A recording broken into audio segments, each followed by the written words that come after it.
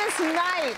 We love Christmas dinner because it is everything. I mean, we have all the meat and all of the sides. My family does not skimp at all when it comes to the traditional Christmas dinner. So you're going to switch it up a little bit. We're going to do a dinner now that you might want to consider making this holiday season and a side. Yep. And instead of doing beef or turkey, right? I mean, I love turkey, so don't get me wrong, but you can only eat so many turkey meals, right? Right. And then, you know, you got beef as well, so I thought, let's do something with pork. Yeah. And I mean, the classic honey glazed ham. I mean, we know that one. You can buy the ham, you can glaze it. Yeah. But the glaze that you'd use on there, I thought, let's take that pork and go to the next step. Really kick it up a little bit. Like, look, this is a pork rack or the loin rack. Okay. Did you French those yourself? I did French those myself. You know, but you, not bad, huh? that's the trick. Inspections going. Yeah, you were gonna say shows, but that's what you need to know is when you get it, there's a fat cap on here. Yeah. You need to cut down, peel that fat off, cut in between each bone. I know I'm starting to lose everybody. Best thing, walk in your butcher and say, can I get a pork rack that's Frenched? Frenched means it's been cleaned down. Yeah. Now you don't have to do the work. Got it. Right? Close notes. Do as the French do. Exactly. What's it called Frenched? I don't know. That's just, they started. Very clean and tidy. But here's the thing. Clean and tidy. You're going to lay the bone, like, so the meat is down and the bones are facing up and you end to end.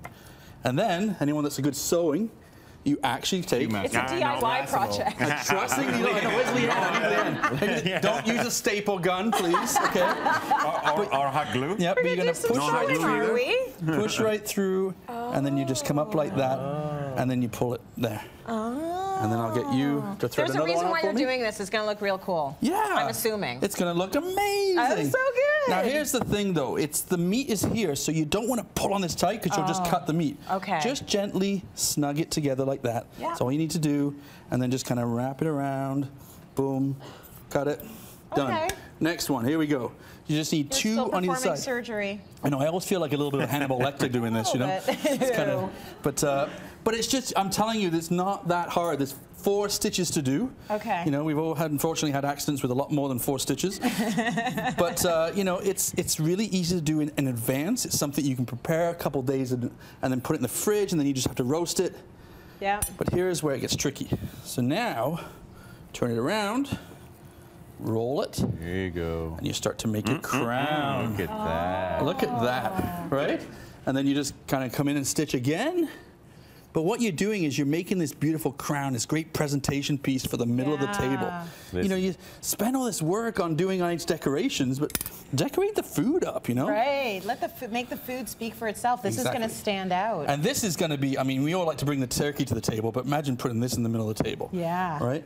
And I mean, and you can do a couple more stitches, but... It doesn't matter how you're tying it too, right? There's no special tie on it. But then what I've done is taken a bit of cardboard, just wrapped it in foil to give me the ability to move this thing around. Got it. Right? Yep. Simple roasting tray.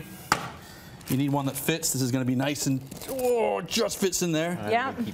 But then here's the thing. You could, if you want, wrap more string around these bones to make it a little bit more tighter. You don't have to. Right. Okay? But wrap them in foil so they don't get dark. You can do that, but what I do is actually take a piece to put right over top to just kind of cover it. But now we need a stuffing, because even though we're not doing turkey, we still need stuffing. I think I'm up. Yep. Wow. So what do you want me to do? I've got some cooked onions. You can throw in some cherries, some figs, some diced apple, some bread. While you're doing that, I'll take the one that I've already made. Oh, hey! There you go. But this is like you want to invite Jason over for Christmas time. Oh, yeah. I know, and he made a Christmas pudding here. But it's that simple, right? You just take all that, and the bread's going to... Oh, thank goodness you had another one. I ruined this one. I've been in way too many figs, or maybe not. Pack it in there. You know, this is going to give flavor to the pork. No, it's going to, you know, and you need stuffing. I mean, I can't have a Christmas holiday without stuffing. I love it. Right? The stuffing. Some people like the stuffing more than the meat, right? The stuffing. It's all about the stuffing. And then you make a glaze for this. So I've got apple cider that I've reduced down with some garlic, some chili, some pink peppercorn, some star anise, some cinnamon. You know, and all you do is reduce it down, and then you just baste this. Just start brushing it right over. Lovely. Look at that. Okay. What, 425? I actually just go in at 350 and let it tick along. You can get that nice... Slow and low? Yeah, slow and low. There you go. Now, here's a tip, though. put about half a cup or a cup of water in the bottom. Because when your pork gives all those juices and they drip out, they start to burn. If you put a little bit of water in there, it stops that from burning, but it also makes it nice and moist. And literally, you just put that right in the oven, bring it to about 160 degrees. And Madsman, you got a nice little side to go with this? I do. I have a now. That looks incredible, though. You know how I always like to char everything, like whether it's endive or radicchio and whatever. Yeah. I was browsing through the internet and I saw this coleslaw that was actually charred. Yes. And I said, you know what, that's something that really I should be doing. Right. So to char, you know, oil or no? No, dry. Oh, basically what you do is you take your cabbage, and this one is, I charred it a little bit because I want to make it quicker, okay, for the show. But basically what you do is you take your cabbage, you put a little bit of oil, no salt, otherwise you're going to extract all of the waters. Okay. And then you just put them in a nice dry pan, just like that. A cast iron is always the best at high speed, and that's all you have to do. You wait. Don't be too rushed, because what happens is you want the bottom of the pan here to really burn the actual cabbage. Okay. You want it to get the smokiness. You want it charred. You want it charred. Yeah. Exactly. Don't be afraid of that. And then the beauty is that, like I have in this one here, a nice mix. I have carrots in there. Okay, so it gives it that nice smoky flavor. Huh? Yes, I have. Oh, you know what? Put some of that red cabbage in there. Yeah, there we go. Let's do it. Put it right in. Yeah, that's it. So full blast. Okay, high heat. Are you just going by the smell, by like the smell factor? You're just going by the smell factor. Okay. That's right. That's charred. Take it off. And when you turn it, you see. There's a char alarm, and it's usually attached to the ceiling of every kitchen. That's true. My char alarm goes off all the time. I get it now. There you go. You got it. Yeah. So you're good at charring, but you see all of the little burned bits over there? That's all flavor, right? So let's put it in here. And now we're gonna dress it up, okay? Put as much as you want. Yeah, I like where you're going with this. Yeah, this is a beautiful slaw. Instead of having the usual slaw or the usual overcooked cabbage, you know, for hours and hours and hours. And I'm not really a particular big fan of red cabbage. I find that it stains everything, and you know, it's just so difficult to eat. This gives it a nice crunch, though. Huh? This gives it a nice crunch. It stays flavorful because it brings a little bit of summer inside. Yep. You know what I mean? So hazelnut. Oh, nice. Okay, hazelnut. Beautiful hazelnut. Olive oil. A little bit of honey. Yep. We want a little bit of sweetness. Let me see if I can get it out. Okay. Oh, right. Yeah, don't be cheap. Balance it. Just a splash of vinegar.